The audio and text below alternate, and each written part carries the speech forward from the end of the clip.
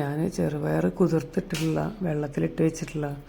അപ്പോൾ ഡയറക്റ്റ് ഞാൻ കഴുകിയിട്ട് വിസിലടിക്കുകയാണ്. അപ്പോൾ ഒരു 4 വിസിലൊക്കെ എന്തായാലും അടിക്കണം. അപ്പോൾ അതിൽ ഉപ്പിട്ട് വേവിച്ചെടുക്കാം. വൻപയർ വെന്ത് വന്നിട്ടുണ്ട്. അപ്പോൾ ഇതിലേക്ക് ഇനി മത്തൻ ഇട്ട് കൊടുക്കാം. അപ്പോൾ ഞാനൊരു 2 വലിയ കഷ്ണം മത്തൻ എടുത്തിട്ടുണ്ട്. രണ്ടും മത്തനും വൻപയറും ഒരേ അളവിലാണ് നമുക്ക് വേണ്ടത്. അപ്പോൾ അതിനനുസരിച്ച് മത്തൻ്റെ കഷ്ണങ്ങൾ എടുത്ത് കുറച്ച് വലുതാക്കിയിട്ടാണ് ഞാനിത് അരിഞ്ഞെടുത്തത്. കാരണം ഇത് നമ്മൾ ചെറുതായിട്ടൊന്ന് ഉടയ്ക്കും, എന്നാലും ഇത് ഉടയാതെ കഷ്ണമായിട്ട് കുറച്ച് വേണം താനും. അപ്പോൾ അതങ്ങനെ.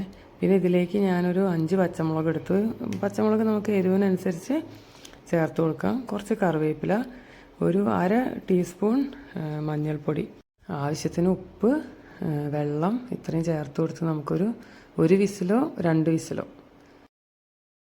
പിന്നെ ആ നേരം കൊണ്ട് നമുക്ക് നമ്മുടെ നാളികേരം റെഡിയാക്കി എടുക്കണം. അപ്പോൾ അതിലെന്തൊക്കെയാണ് ചേർക്കുക നമുക്ക് നോക്കാം. ഞാൻ 1 കപ്പ് നാളികേരം എടുത്തിട്ടുണ്ട്. അതിലേക്ക് ഒരു 1/4 ടീസ്പൂൺ ജീരകം, കുറച്ച് ചെറിയുള്ളി അരച്ചെടുക്കാം. ഇതാണ് ഇപ്പോൾ എൻ്റെ വിസിലടിച്ച മത്തനും വൻപയറും. ആവി കാരണം ക്യാമറയിലേക്ക് വന്നിട്ടൊന്നും കാണാൻ പറ്റുന്നില്ല, ഇപ്പോൾ കാണുന്നുണ്ട്. ഓക്കെ, അപ്പോൾ ഇങ്ങനെയാണുള്ളത്. എൻ്റെ കഷ്ണമൊക്കെ നല്ല ഇതായിട്ട് വെന്തിട്ടുണ്ട്. ഇത് ഞാനിനി ഉടയ്ക്കുന്നില്ല, കാരണം ഇത് നമ്മൾ ഇളക്കി കൊടുക്കുമ്പോൾ തന്നെ ഉടഞ്ഞു പോവും. അപ്പോൾ ഇതിലേക്ക് ഞാൻ അരച്ച് വെച്ച നാളികേരം ചേർത്തി കൊടുത്തിട്ടുണ്ട്. പിന്നെ നന്നായിട്ട് തിളപ്പിച്ചെടുക്കണം കേട്ടോ, നല്ലപോലെ വെട്ടി തിളയ്ക്കണം. അപ്പോൾ അതുവരെ നമുക്ക് വെയിറ്റ് ചെയ്യാം.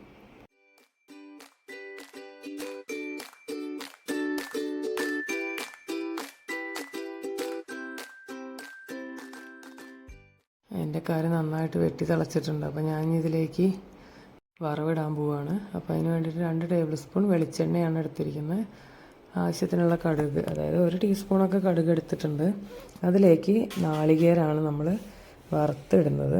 അപ്പോൾ നാളികേരം നന്നായിട്ട് മൂപ്പിക്കണം. അപ്പോൾ ഞാനൊരു 2-3 ടേബിൾ സ്പൂൺ നാളികേരം എടുത്തിട്ടുണ്ട്. അപ്പോൾ നാളികേരത്തിൻ്റെ കളർ നന്നായിട്ട് മാറി വരുന്ന സമയത്ത് വറ്റൽമുളകും കറിവേപ്പിലയും ആഡ് ചെയ്ത് കൊടുത്തു. ഇതിനി നമുക്ക് നമ്മുടെ കറിയിലേക്ക് ഒഴിച്ചു കൊടുക്കാം. അപ്പോൾ ഇങ്ങനെ വറുത്ത് എടുക്കണം നാളികേരം.